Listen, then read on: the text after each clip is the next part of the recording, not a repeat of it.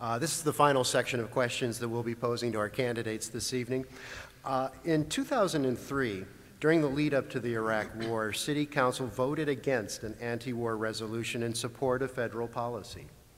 City Council also has voted against the U.S. Mayor's Climate Protection Agreement, and at that time several councilors stated that they didn't think it was a proper role for city government to comment on or advise the federal government on national policy.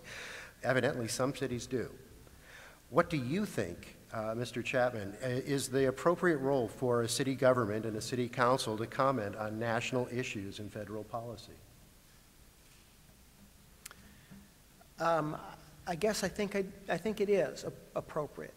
It's not something that should take inordinate amount of time, but I think if the community, and again, it ought not to be the councils acting sort of unilaterally, but if, as in the case of the climate issue, I think a fairly significant section of the community came and asked us to do that.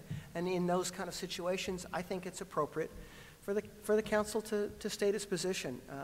It's not anything dramatic. It simply states we concur that we need to do something, or our country needs to do something. I think that's appropriate. Thank you. Councilor Bennett. Yeah, it's fine. It's free country. Okay.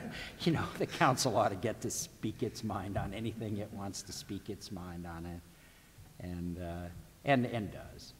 And you know, the legislature sends letters to Congress on all kinds of stuff, and memorials and things, so why not the city council? But to the extent that it's divisive in the community, confusing to people as to the role of what city government is, you know, we probably ought to think carefully about how often we do it and the import of the issue that brings us to levels of concern that would prompt that kind of action.